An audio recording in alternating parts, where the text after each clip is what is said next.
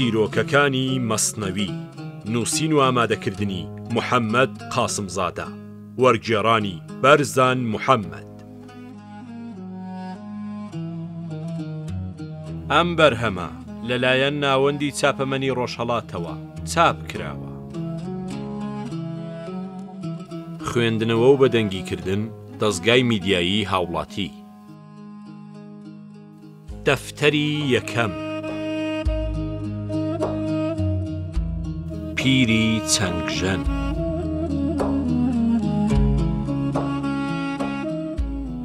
لە سەردەمی خەلافەتی عومەردا پیاوێکی چەنگژەن دەژیا کە لای خەڵکی ڕێز و ویقارێکی زۆری هەبوو. کاتێ چەنگەکەی دەگر بەدەستەوە و دەیژەنی و تێی دەسریکان بولبولان شێت و شەیدای دەبوون و خەڵکی پڕ دەبوون لە خۆشی و شادی. کابرا لە ژەنین داوەندە لێزان بوو کە دەچوە هەر کۆڕ و مەجلیسێکەوە دەبووە گوڵی مەجلیس. ئاوازی ئەو لە نێو خەڵکیدا قیامەتێکی بەرپا دەکرد، ڕێک چەشنی فووی ئیسرافیل کە دەیکات بە کەڕەناکەیدا و مردووی 100,000 ساڵ لەوە و پێش زیندوو دەکاتەوە.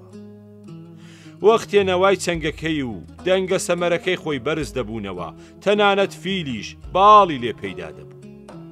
کابرای چەنگژەن بەوە ناسرا بوو کە بە دەنگەکەی دنیا پڕ دەکات لە شادی و خەیاڵی سەیر و سەمەرە دەخاتە زەینەوە. دڵ دەهێنێتە جۆش و خرۆش و گیان مەست و حەیران دەکات. ئەو بەم شێوەیە ڕۆژگاری بەسەر دەبرد و هەم خۆشی و شادی دەبەخشیە خەڵک، هەم خۆشی لەم شادیە بەهرەوەر دەبوو. چەنگژەن خەریکی کەیف و شادی بوو. هەستی بە تێپەڕینی تەمەن نەدەکرد تا ڕۆژێ تێگەی پیر و لاکەوتە بووە. دەنگە سەر سوڕهێنەرەکەی بە جۆری ئازاری گوێی دەدا کە چیتر کەس مەیلی بیستنی نەبوو، تەنانەت لە بەرامبەر گوێبیستبوونی ئاوازێکی وەها ناخۆش و زبردا پولێکی قەڵبیشیان نەدەدایێ. لەلایەکی تریشەوە پشتی چەمی بوویەوە و برۆکانی وەها شۆڕ ببوونەوە چاویان دادەشا. هەندێ جار دەکەوتە بیری ڕۆژانی ڕابردوو ئەو دەنگەی کە هەمووانی شێت و شەیدا دەکرد. کەچی ئێستا جیاوازیەکی ئەو تۆی نەبوو لەگەڵ دەنگی گوێ درێژدا.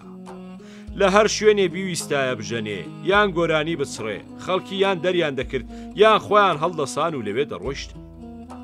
لە 70 ساڵیدا کاتێ پیری زۆری بۆ هێنا لە تاو هەژاری و بێکاری ڕووی کردە بارەگای خواوەند و وتی: خوایە تەمەنێکی درێژت پێدام، بەڵام من 70 ساڵ لە دەرگای تۆدا گوناهم کرد، وێڕای هەموو ئەوانە تۆ هەرگیز دەرت نەکردم و ڕۆزیمت نەبڕی، وەلی ئێستا پیر و کەنەف بوومە و دەنگم بێزار کەرە لە گوێی خەڵکدا و هەوا لە خۆیانم دوور دەخەنەوە.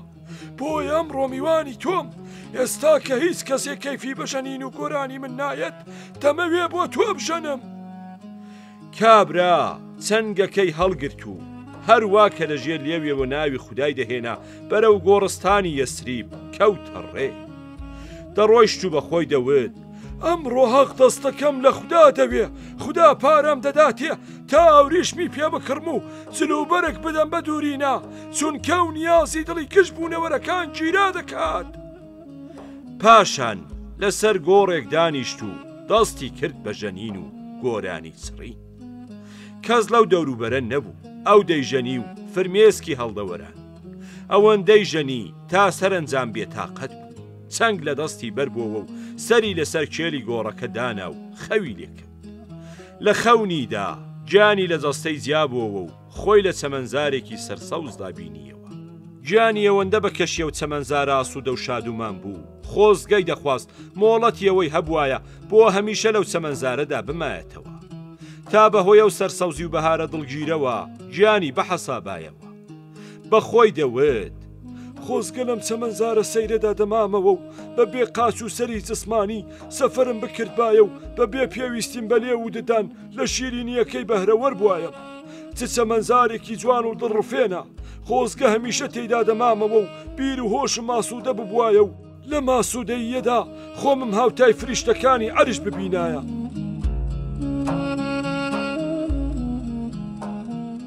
کابرای چەنگژەن لە دنیای خەوندا خۆش دەیگوزەران. جوانی ئەو دنیاە هەڵی گرت بوو، هیچ بەوەی نەدەزانی کە لەشی پیر و کەنەفتی لە گۆڕستانەکە کەوتووە بەسەر کێلێکدا. با کابرای چەنگژەن لێرەدا بەجێ بهێڵی.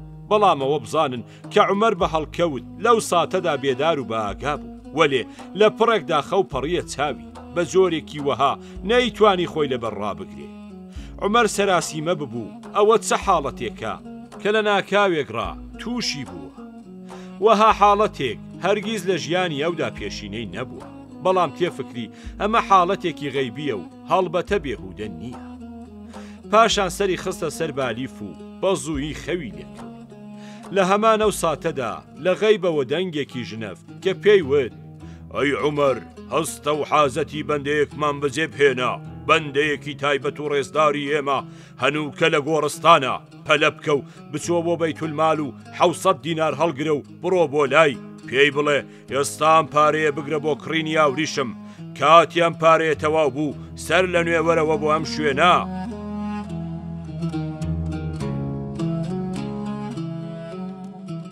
عومەر لە تاو هەیبەت و سامی ئەو دەنگا لە خەو ڕاچەنی، خێرا ئامادەی خزمەت بوو، چوو بۆ بەیتولمال و هەمان بڕەپارەی هەڵگرت و بە هەڵەداوان خۆی گەیاندە گۆڕستان.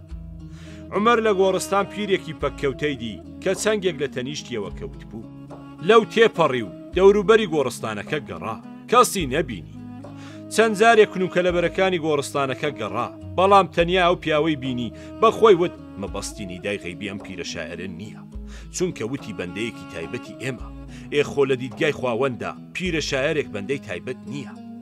دیسانەوە چەندین جار بە گۆڕستانەکەدا گەڕا و جگە لەو کابرایە کەسی تری نەبی.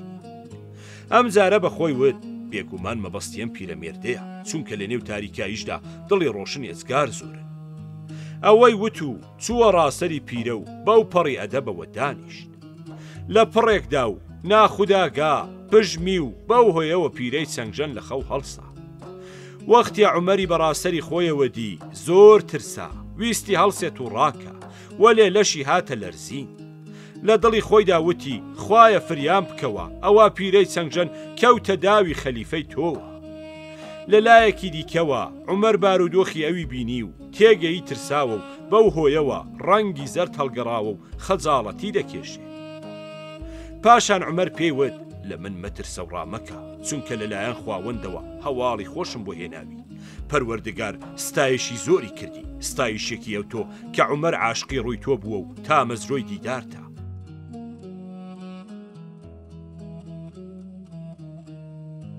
لە لامدانی شەو دوور مەگرە تا باسی بەسەرهاتی بەخت و ئیقباڵت بکەم. پیرە سەراسیمە و حەیران سەیری عومەری دەکرد و قسەکانی دەژنەفت، بەڵام باوەڕی نەدەکرد. عومەر ناباوەڕی لە چاوی ئەودا بینی و وتی خواوەن سڵاوی لێ دەکردی و پرسیاری بەسەربردنی ژیانتی لە نێو غەم و هەژاریدا دەکرد. هەنێ پارەم بۆ کڕینی ئاوریشم بۆ هێناوی، ئەم پارەیە بگرە و کاتێ تەواو بوو سەر لە نێوەرەوە بۆ ئێرە و من لە خزمەتتدا ئامادەم. پیرەی چەنگژەن وەختی قسەکانی عومەری بیست سەرگەردانتر و حەیرانتر بوو، هاواری لێ هەستا و یەخەی خۆی دادڕی. عومەر تەماشای ئەوی دەکرد کە پیرە لە جێی خۆی دەرپەڕی و بە گۆڕستانەکەدا دەگەڕا و دەینەڕاند ئەی خودای بێهاوتا، ئەم بەندە پیرت لە تاو شەرم و خەجاڵەتیدا کرد بە ئاو. پیرە ماوەیەک گریا و دەرد و ناڵینی لە ڕادە تێپەڕی. پاشان دەستی برچەنگەکەی هەڵگرت و کێشای بە بەردێکدا و ورد و خاشی کرد. اینجا وتی تۆ حیجابی نێوان من و خواوەندم بوویت و لە دەرگایە و گومڕات کردم، 70 ساڵ خوێنی منت خوارد و ڕووڕەشی لای خودات کردم. پیرە لە دوایەوەی ڕووی کردە ئاسمان و وتی ئەی خودای بەخشندە بمبەخشە کە تەمەنێکم لە بێوەفایی لە تەکتۆدا بەسەر بن، تەمەنێکی درێژت پێدام کە هیچ کەسێ نرخی ساتێکیشی نازانێ، کەچی منەم تەمەنە درێژەم لە شاعری مۆسیقاژەنیندا بە فیڕۆدا. حەیف کە ستران و هونەرەکانی ئازاری فیراقی تۆیان لە بیر بردمەوە. ئەی خودایە ناڵەی ئەم بەندەیەت ببیسە، دادم لێت دەوێ، بەڵام لە دەست خەڵکی نا، بەڵکو لە دەست خۆم، لە دەستی خۆمم ڕزگار بکە، چونکە دوژمن لە دەرونی خۆمدایە و بۆ من لە من نزیکترە. دار بوویتەوە، وەلێ بێداریش گوناهێکی دیکەیە، چونکە بێداری لە یادکردنەوەی ڕابردووەوە بۆ دەستێت و ئاوردانەوەش بۆ ڕابردوو داهاتوو بنیادەم لە یادی خواوەند دوور دەخاتەوە. ئاگر بەردە لە ڕابردوو داهاتوو تاکەی خۆت گرفتاری ئەم دوانە دەکەی. کاتی عومەر ئەسراری حەقی بۆ پیرەی چەنگژەن ئاشکرا کرد دڵی بێدار بووە. بینی لە دڵیدا نورێکی دیکەی هەیە و بەو نورە گیانی ئەو ڕۆیشت و گیانێکی تر هاتە چی. تووشی سەرسوڕمانێکی وەها بوو کە زەمین و ئاسمانی لەبیر کرد. خۆی لە دنیایەکدا بینیەوە کە هەراوزەنا تیایدا کاریگەری نییە و بۆ خۆی هەراوزەنایەکی تری هەیە. پاشان حاڵی گۆڕا و بێدەنگی لێ کرد و تەنانەت قسۆکەیەکیش لە دنیای ئەودا نەمایەوە تا بۆ کەسێکی بگێڕێتەوە. لە خەڵک دوور کەوتەوە و بێدەنگی هەمیشەیی هەڵبژە.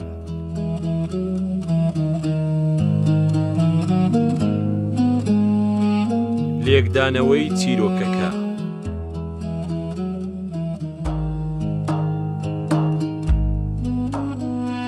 داستانی پیرەی چەنگژەن تیشک دەخاتە سەرە و بابەتەی کە بنیادەم تا ئەو کاتێک گیانی خامە و نەگەیشتووە بە پلەی فەناو لەم گیانە خامە ڕزگاری نەبێت ناتوانێت بگات بە کەماڵ. پیرەی چەنگژەن بە نەوازشکردنی خەلیفە وردە وردە ئامادە باشی ڕەهایی لەم گیانە ناکامڵە بەدەست دەهێنێ و لە خودبینی ڕزگاری دەبێت. ئیدی تەنانەت بیر لە گوناهی ڕابردووشی ناکاتەوە. دەگات بە فەناو لە بەرامبەر خەلیفەدا کە مرشیدی کامڵە دەبێت بە سالیکێکی بە مەنزڵ گەیشتوو. پیرەی چەنگژەن دوای چاوپێکەوتنی عومەر دەست لە هەموو زینەتەکانی دنیا هەڵدەگرێت و دەگات بە کەماڵی ڕۆحانی.